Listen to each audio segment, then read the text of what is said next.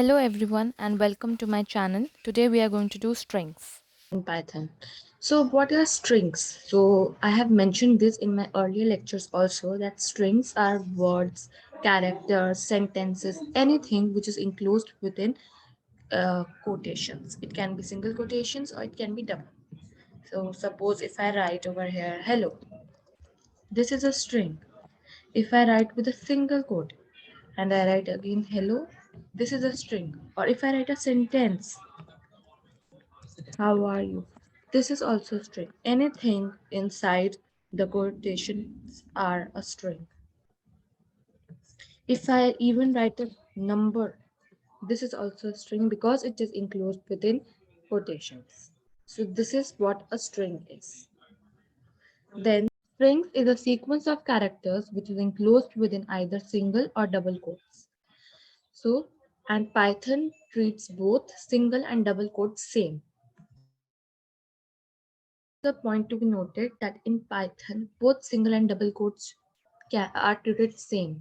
So there is no difference. If I write something within double quotes and if I write something else within single quotes, so there is no difference. Both are strings. So there is nothing uh, unusual about it or different about it. But there's a point to be noted that if you are starting with a double quotes, then you have to end with the same. That's it. This is not possible that you are starting with double quotes and you're ending with single quotes. This is going to give you an error. This is we don't do this in English also, right? This is just basics. We cannot use different kind of quotations to start and end. So whatever quote you are using in the beginning, you have to end with the same. So for example, here we have this example. See my Python. This is in between double quotes, and this is in between single quotes. But there's no difference. Both of them are considered as a string. There's no difference in. Then we have another thing.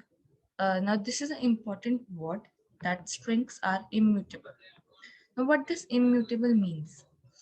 Immutable means that it is unchangeable. Now, this is something which we are going to learn in all types. All data types are classified as mutable or immutable. Now, what does this mean? Mutable means that you can update that particular string. That if I have written something that my string is suppose my Python, this is my string. Now I cannot change. If I want to change that, I want to change this p of Python to small p. I want it to be in lower cases. I cannot update it. Once it is defined, it's defined. So every object, every variable, every value written in Python has a unique ID. What is an ID? ID is the identity of the variable. It is the place where a variable is stored, and every variable, every value has a different and a unique ID. So that ID cannot be changed. So if a particular ID belongs to this string S, you cannot store anything else over here. And this string means as it is. M capital, Y small, then space, then P capital.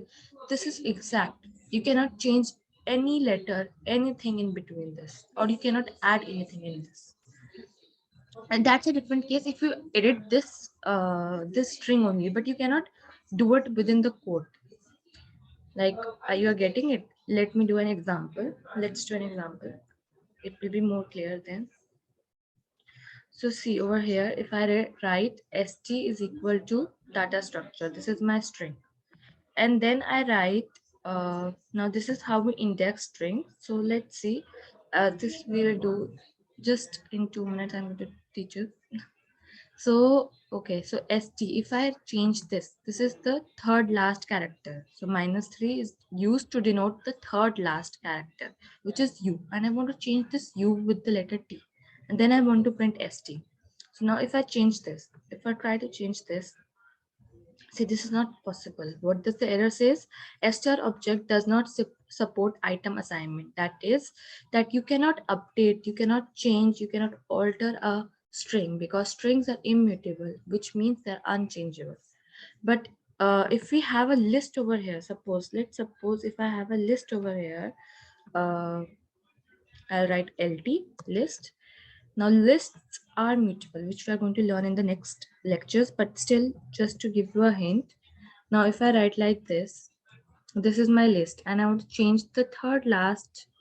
Uh, okay, there are only three. Okay, if I want to change the last one, if I want to change the last number, which is the last item 78, and I want to change it to T, and now I write print. Okay, I have changed the name also. Now, if I write print LD, so what do you think? See, in strings it wasn't changed. The change wasn't made, but in list the change is made. See, 78 is replaced with T because lists are mutable, whereas strings are not mutable. So this is the difference. This is what we mean by changeable. That doesn't mean that I change it over here only. That's a different case. We are changing the entry, but we cannot update it within using our coding. We cannot update it. So I hope this is, and yeah, one more thing. See, as I told you, every item stored has a unique ID. If I write st is equal to, I write hello. So here, if I write ID of st and I want to know the ID of st, so it has a unique ID. This is how we can know the ID. So this is the ID.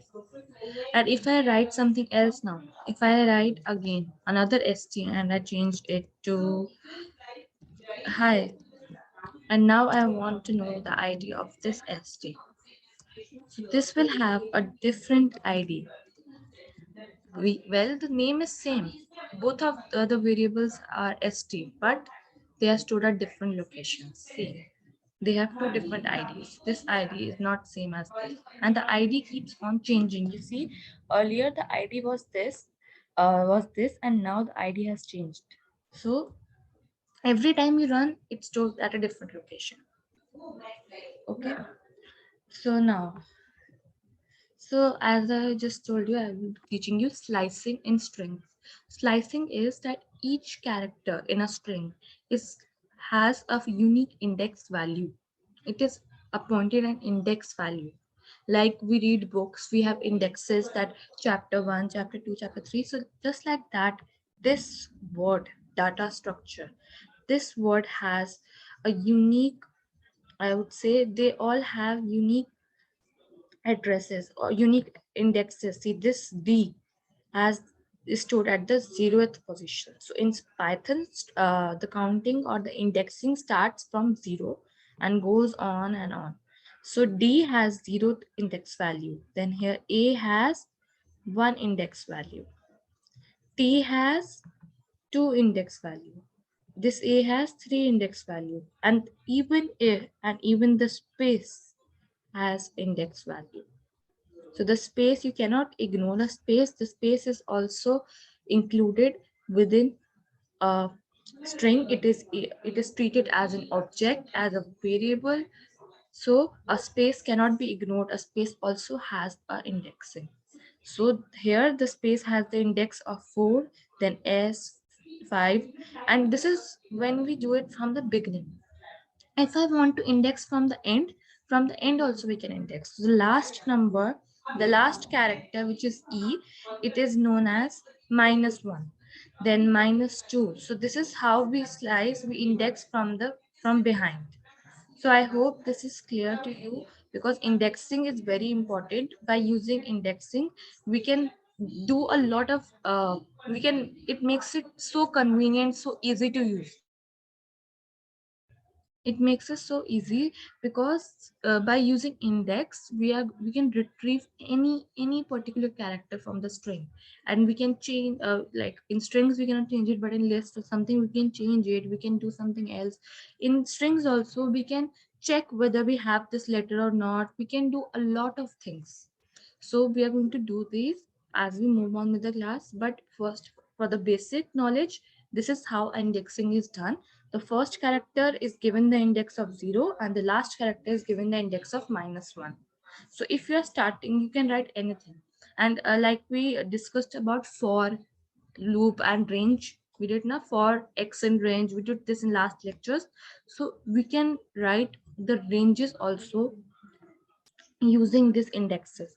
If I have written a string like data structure, I can retrieve it using range also. See, if I write st is equal to data structure if I write it like this, and now I write for x in range, for x in range 0, and 0 say I want to go till, see this colon is used for uh, giving the range.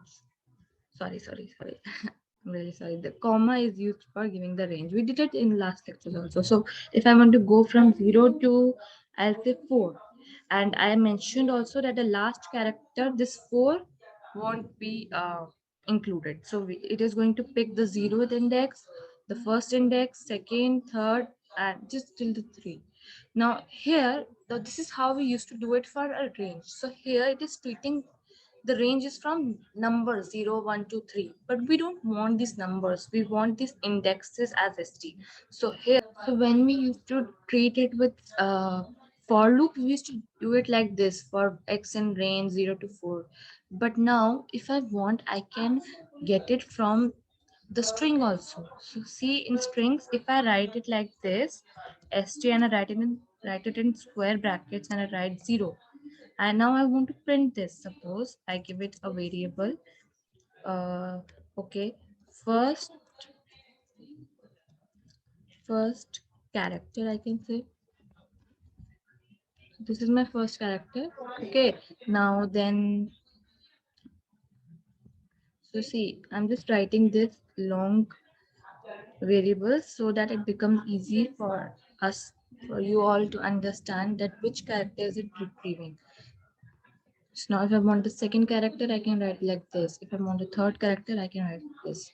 And if I want the last character, okay, then we are going to write -1. And now if I print, I want to print first character.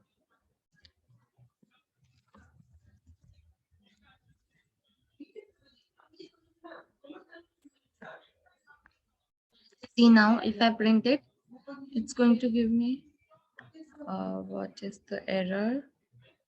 Oh, see, I have made a mistake. We cannot use numbers at the beginning of a variable. So see, this is a very big mistake which people make. I also made this mistake. So you have to be careful with that. So I can write 1, I can write 2, I can write 3. Here also I write 1. So see, here I am writing it like this, the appointing it to a variable, and then I am printing. See, D, the first character is D and it is retrieved.